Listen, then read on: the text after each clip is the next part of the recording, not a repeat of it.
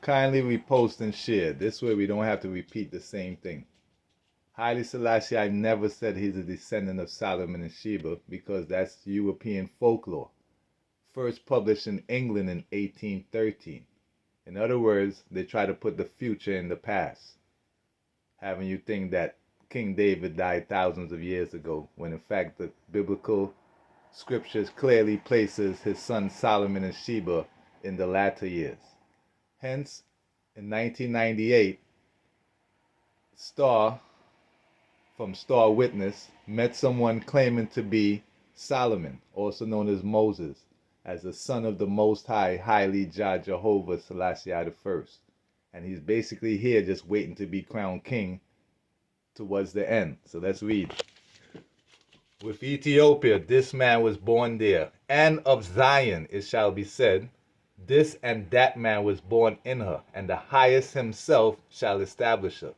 Now, the man claiming to be Solomon, the son of the King of Kings, says that he's born on Ethiopian Christmas Day. So let's read about Solomon in the latter years. So this Jesus was the son of Sirach and grandchild to Jesus, whom is the son of Solomon, who lived in the latter years after the people had been led away captive. That's why the grandson, this Jesus, did imitate Solomon and was no less famous for wisdom and learning, both being indeed a man of great learning. Remember, Jesus is considered the son of Joseph. He's also considered the son of David. Well, Solomon also goes by the name of David. Why? Because he was named after his father, King David. So let's read.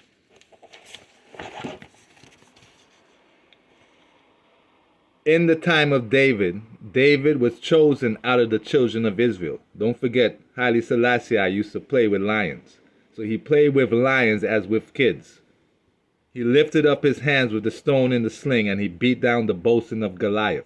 The Most High Lord, the right hand, set up the horn of his people. Don't forget, Ethiopia is considered the horn of Africa, and he was crowned Lord of Lords. So what does it say? The Holy One, Most High. Don't forget, Haile Selassie literally has a number 1 at the end of his name. The Lord, the horn forever, and a throne of glory in Israel. After him rose up a wise son. And Solomon reigned in a peaceable time and was honored, for God made all quiet round about him. He might build an house in his name and prepare his sanctuary forever. In other words, for the eternal kingdom. So thy name went forth onto the islands. Whose name went forth? Solomon. So that's why it says, the kings of Tarshish and of the isles shall bring presents. The kings of Sheba and Seba shall offer gifts. And that happens in the latter times, because that's where you will find Sheba. So after many days, thou shalt be visited in the latter years. In Ethiopia, where you will find Sheba and the merchants of Tarshish. So don't forget, the kings of Tarshish and of the isles shall bring presents unto Solomon, who shall reign in a peaceable time and prepare his sanctuary forever. Songs, parables, and interpretations by the name of the Lord God. So thou didst bow thy loins unto women, and by the holy thou hast brought into subjection.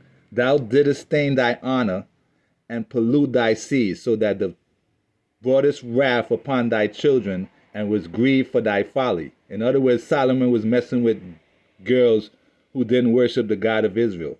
But the Lord shall never leave off his mercy, neither shall any of his works perish. Neither will he abolish the posterity of his elect and the seed of him. So unto Jacob, out of him a root unto David. That's why Selassie is literally the root unto David. And thus rested Solomon with his fathers.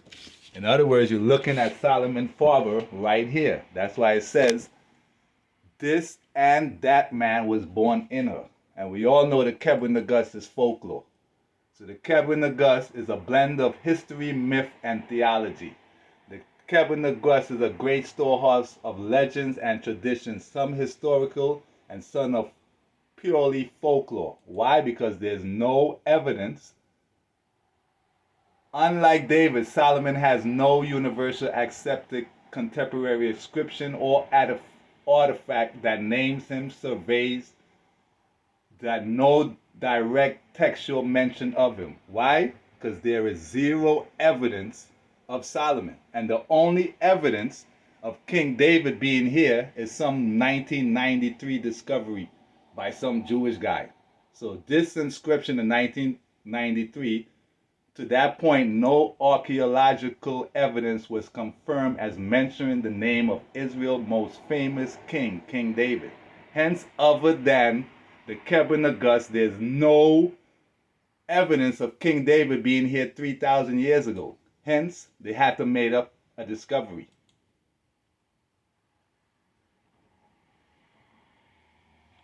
That's what they do, make up fake discoveries to predate their stuff. Talking about them make some kind of discovery. I'm is the living anthropology. I'm is the living archaeology. Yaga yaga yo. And look, Jah telling you he's literally King David, and you're taking a picture of him. In 1941, in the 20th century, you're literally looking at King David. It is good that you are here to record this picture of me in my palace garden at Addis Ababa. People who see this throughout the world will realize that even in the 20th century, with faith, courage, and a just cause, David will still beat Goliath. That's why he said he's not a descendant of Solomon and Sheba. This is just a story made up in England, some folklore story. You are descended, Your Imperial Majesty, from King Solomon and the Queen of Sheba. This is just our story, ancient story.